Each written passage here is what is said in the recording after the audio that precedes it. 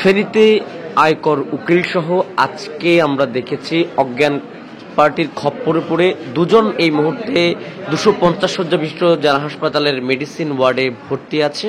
এবং সার্বিক পরিস্থিতি যদি বলি আপনাদেরকে, তবে সারা দেশের ন্যায় ফেনীতেও কিন্তু আইন শৃঙ্খলার অবনতি ঘটেছে। আর এই ফাঁকে যে সমস্ত ছিনতাইকারী অজ্ঞান পার্টি, মলম পার্টি আছে, তারা কিন্তু সুযোগ সন্ধানী হয়ে তাদের যে কার্য সেটি সাধন করছে। এবং এই মুহূর্তে দেখতে পাচ্ছেন এখানে একজন চিকিৎসা নিচ্ছে এবং আমরা দেখেছি আয়কর উকিল আমাদের ফেনীর, তিনিও এখানে চিকিৎসা নিচ্ছেন এবং তার অবস্থা খুবই গুরুতর।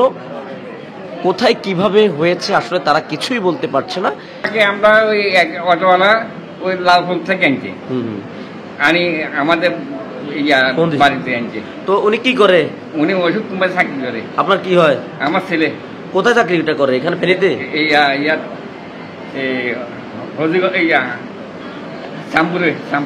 চাঁদপুরে। বাড়িতে আসার পথে এটা হয়েছে? টাকা পয়সা তো ছিল তাহলে সাথে? এখানে যে ভুক্তভোগী ওনার নাম হচ্ছে শাকিল, আর আয়কর উকিল যিনি ওনার নাম হচ্ছে রাহাত। শাকিলের বাড়ি হচ্ছে ফেনী সদর উপজেলার শস্যদী ইউনিয়নে।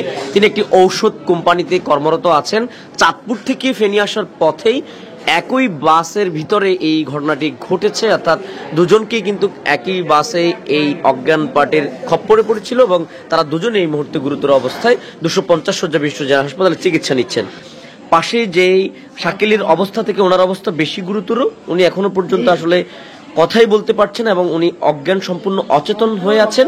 250 শয্যা বিশিষ্ট জেলা হাসপাতালে তাকে নিয়ে আসা হয়েছে এবং তার স্বজনরা এখানে এসেছে এবং চারদিক থেকে তার আত্মীয় স্বজনরা ছুটে এখানে এসেছে। ভাই চাঁদপুরে গেছিল আজকে ইনকাম ট্যাক্সের একটা কাজে। আসার সময় অজ্ঞান পার্টির খপ্পরে পড়ে ওনাকে কেবা কারা মহিপাল ফ্লাইওভারের নিচে ফালাই চলে যায়। স্থানীয় লোকজন দেখে চিনতে পেরে ওনাকে সদর হাসপাতালে নিয়ে আসছে। এখন আমরা চিকিৎসা করাইতেছি আর কি। তো সার্বিক পরিস্থিতি যদি আমরা আপনাদেরকে বলি, সারা দেশেই কিন্তু এই যে প্রশাসনিক যে আইন শৃঙ্খলা একটা অবনতি সেটা লক্ষ্য করা গেছে।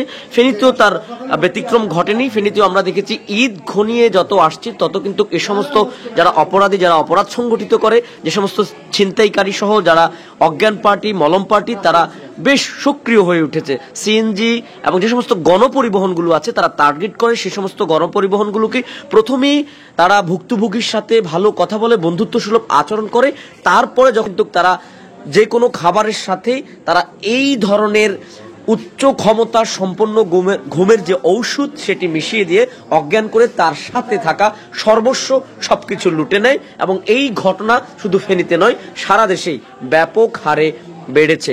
তো আজকে যে ভুক্তভোগী তাদের স্বজনদের দাবি প্রশাসন আরো কঠোরভাবে এই বিষয়গুলো তারা দমন করতে মাঠে কাজ করবে এবং আজকে যে ঘটনা এটি যাতে আর পুনরাবৃত্তি না হয় প্রশাসন এদিকেও কিন্তু খেয়াল রাখবে।